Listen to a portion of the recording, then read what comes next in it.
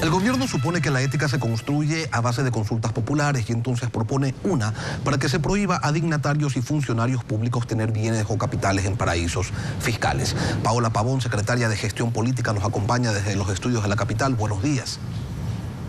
Buenos días, muchísimas gracias por este espacio. Un saludo a toda la gente que nos mira. Estamos en tiempos preelectorales y la ética tiene que ver también con el juego limpio, con cumplir la Constitución y las leyes que ustedes impulsaron y crearon. Y hay quienes consideran que no es de esa manera como se ha venido procediendo. Le invito a escuchar en qué concluyeron las declaraciones de Giovanni Atariguana, director de Unidad Popular, respecto al encuentro entre instituciones públicas y el proceso de carnetización de Alianza País en Guayas. Este es un tema que la Contraloría deberá determinar en responsabilidades civiles, administrativas y eventualmente si hay desvío de fondos públicos. Eso se llama peculado.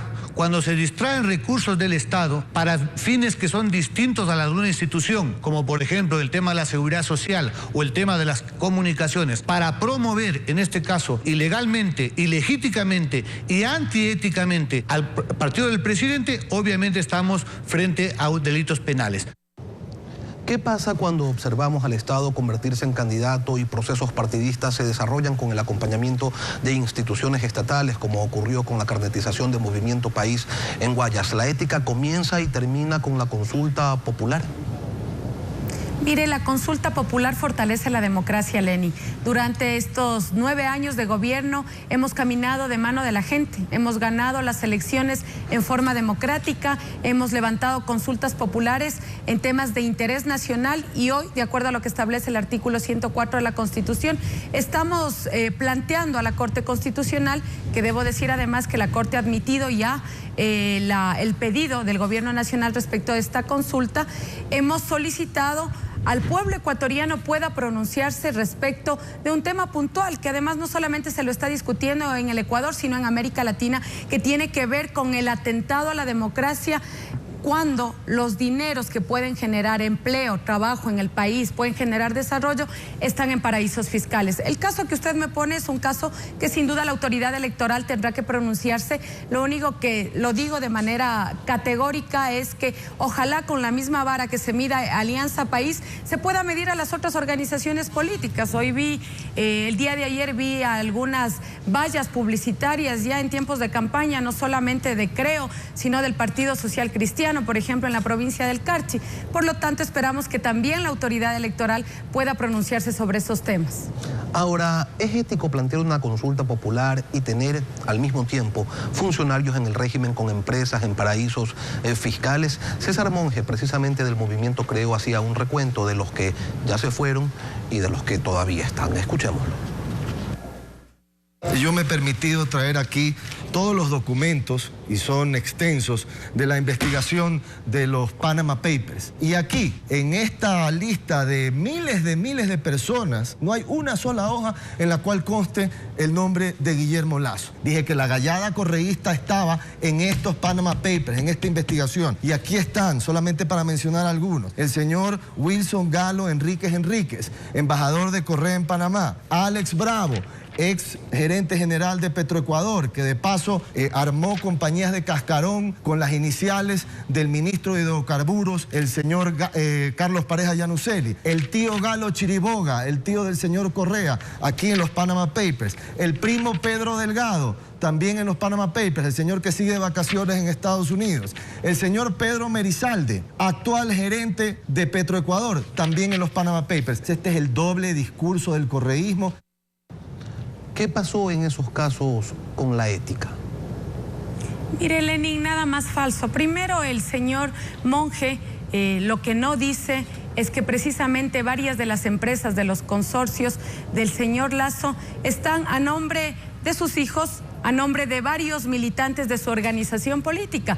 Esto es cuestión de mirar y descubrir a nombre de quién se encuentran estos fideicomisos que están en Panamá y están en distintos paraísos fiscales. Lo que no dice el señor Monge es que en ese listado, como pretendían en un primer momento, es encontrar a los dirigentes de nuestra organización política. Usted no va a encontrar a la familia Correa en los paraísos fiscales, no va a encontrar a los dirigentes de nuestra organización política. Sin duda, algunos funcionarios que él ha señalado, que además hay que recordarle al pueblo ecuatoriano, hay que recordarle al señor Monge, que fue este gobierno, el gobierno de la Revolución Ciudadana, que en el caso del señor Bravo lo ha puesto tras las rejas. Está en este momento enfrentando un proceso en la justicia porque a nosotros, en nuestra organización política y en nuestro gobierno, no nos temblará la mano para señalar a esas excepciones que sin duda pueden existir. Mire, el caso de Merizalde que planteaba, lo ha dicho claramente, no hubo movimientos en esa cuenta, pero esta consulta popular precisamente da cuenta que nosotros no miramos ni dentro de la organización ni fuera de la organización, simplemente tenemos un compromiso con el pueblo ecuatoriano y creemos que esos dineros tienen que regresar, esos dineros tienen que generar empleo en el país y por eso nos parece absolutamente oportuno poder plantear esta consulta para que sea la ciudadanía la que se pueda pronunciar respecto de funcionarios públicos y también de autoridades electas por votación popular. ¿Dónde está la ética en un gobierno que ante las más claras evidencias de que se ha cometido y reconocido perjurio, no impulsa ni solicita que se inicien al menos las investigaciones que tiendan a determinar si esa infracción fue un error de buena fe, como suelen ustedes catalogar a ciertos fallos, o si se trató efectivamente de una acción culposa? Me imagino que su pregunta se refiere al tema del señor Bravo. En este momento... No, me refiero al tema del señor Merizalde, que continúa como funcionario de este gobierno, y también del fiscal general. Por parte de Alianza País no ha habido ningún pronunciamiento respecto a la falta de entrega en su declaración de bienes de estas dos empresas, que pueden no haber tenido ningún movimiento, pero eran empresas y tenían que haber sido declaradas. Mire, Lenin, les recuerdo que precisamente quienes plantearon el tema en la Comisión de Justicia de la Asamblea Nacional son nuestros parlamentarios, porque nosotros como militantes comprometidos con la revolución ética, que es una de las revoluciones que ha impulsado nuestra revolución ciudadana, no nos tiembla la mano, no nos tiembla la mano con los primos, con los parientes, con esas excepciones que sin duda pueden existir en una organización política. Usted me habla de dos casos puntuales y hace una comparación con el tema de la consulta, cuando hay un tema de fondo que no queremos tratar en la consulta. Estamos hablando de la ética.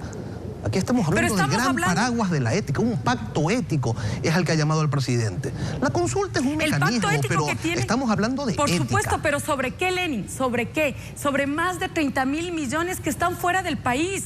Solo 3.300 millones en el año 2014 y el año 2015, que fueron los años más duros por la falta de liquidez, por la baja del precio del barril del petróleo, están fuera. Nos preguntamos, esos dirigentes políticos que hablan de compromiso con su patria, que hablan de generar empleo y que tienen sus dineros en paraísos fiscales, ¿están siendo coherentes con su país?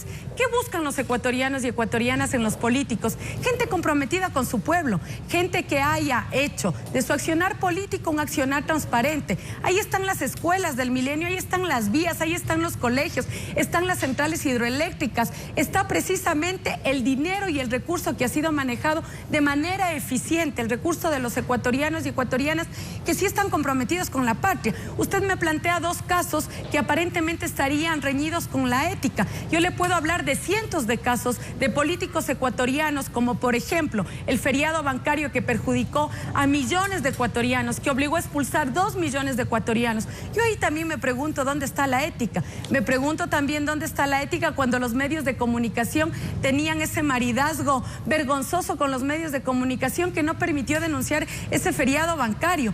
Esos son los temas de la ética real. Por lo tanto, Lenin, creo que la consulta es absolutamente vigente. Denunciando aquello que usted pretende insinuar. Usted dice que es aparentemente reñido con la ética. ¿Usted cree que los hermanos Isaías en los medios de comunicación iban a plantear el feriado bancario? Permítame, por favor.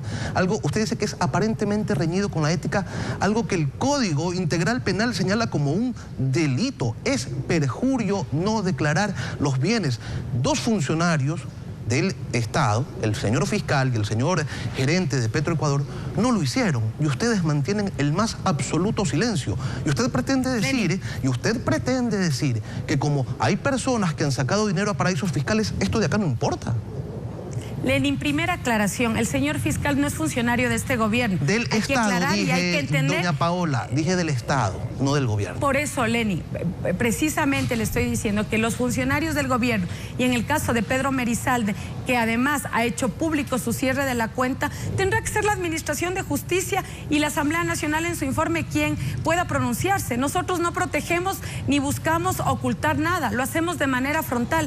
Le vuelvo a señalar, en el caso de Bravo que usted ha planteado, ha sido este gobierno el que lo puso tras las rejas. Somos nosotros los que, cuando detectamos actos que están reñidos con la ética, los planteamos. El caso del fiscal general que usted planteaba, la semana pasada acaba de señalar que ha cerrado la cuenta que tenía en Panamá en buena hora, porque lo que estamos buscando con la consulta popular es precisamente que cualquier transacción que se pueda hacer por fuera de la ley para evadir impuestos, para afectar a los ecuatorianos y ecuatorianas pueda ser corregida. Qué bueno que la consulta esté dando resultados, Lenin. No se equivoca el gobierno, le pregunto, al plantear que quienes tengan bienes o recursos de cualquier naturaleza, no puedan ser funcionarios públicos o candidatos. Se lo consulto porque al decir de cualquier naturaleza ponen, quizás sin intención o quizás adrede, en el mismo caso, en la misma instancia, aquellos dineros mal habidos que pudieran prevenir del narcotráfico o de otros actos delictivos, de coimas o de comisiones, es decir, el dinero ilegítimo en el mismo rango, en la misma situación, en el mismo nivel que el dinero que ha sido bien habido. Lenin, hay que hacer una diferencia y me parece fundamental lo que usted toca para que nos permita a nosotros aclarar la propuesta.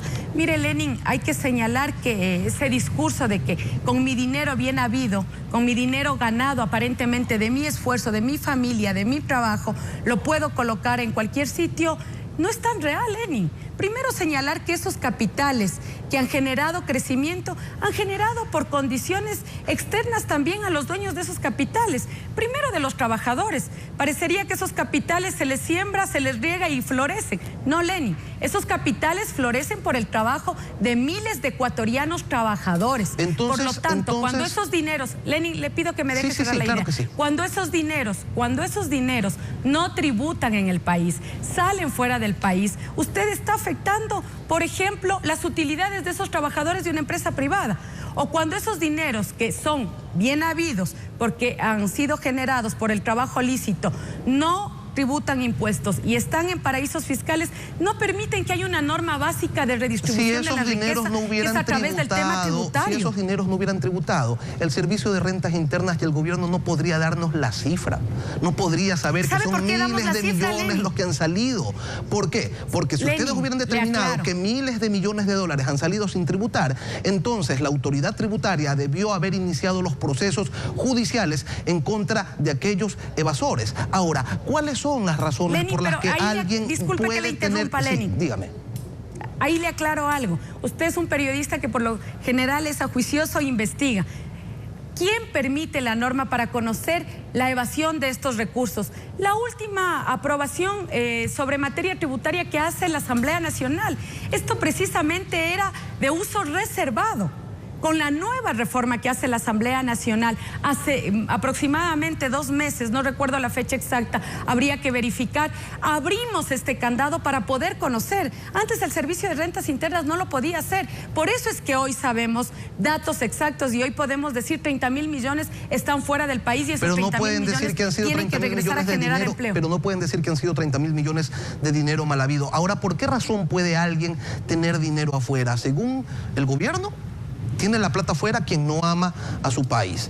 En el caso de Guillermo Lasso, para quien se dice desde algunos sectores está dedicada esta consulta, él ha expresado sus razones en los siguientes términos. La invito a escucharlo. Es público notorio que yo soy uno de los accionistas de uno de los bancos más grandes del Ecuador. Por lo tanto, mis inversiones están aquí en el Ecuador. ¿Por qué en Panamá las leyes correístas impiden que 2 familiares trabajen en un mismo banco? Pero eso sí, 20 familiares sí pueden trabajar en el mismo gobierno. Yo tengo 5 hijos y mis hijos tienen espíritu emprendedor y quieren ser banqueros. El uno trabaja aquí en Ecuador, el otro trabaja en Panamá, en un banco real. no en un banco de papel, donde la tasa impositiva es el 25% anual, es decir, 3 puntos porcentuales más alto que en Ecuador. ¿Qué pasa si alguien tiene a un hijo viviendo en el extranjero y quiere comprarle un departamento o abrirle una cuenta bancaria para que pueda desarrollar sus actividades tranquilamente en ese otro país? Al mismo presidente Rafael Correa le ha ocurrido. ¿Eso no implica que sea un mal ecuatoriano, o sí? Lenin, primero 2 aclaraciones respecto de las aseveraciones que hacía el señor Lasso. Le debo recordar que la mayoría de consorcios, fideicomisos y cuentas offshore abiertas en Panamá son a partir de la década de los 80, antes de que llegue el gobierno de la Revolución Ciudadana. Por lo tanto, el querer disfrazar su falta de compromiso con la patria, porque ahora aparentemente no hay normas que garanticen el crecimiento de los emporios, de los negocios bien habidos, es una falsedad absoluta. Que nos digan cómo se modificaron esos consorcios y esas empresas cuando precisamente el señor Lasso fue candidato. Esas empresas pasaron a nombre de sus familiares y de algunos de sus partidarios políticos. Eso lo conocemos y lo sabemos, y hoy el pueblo ecuatoriano lo sabe. Por eso tanto malestar respecto a la consulta, que es una consulta en donde el pueblo ecuatoriano será el que termine pronunciándose.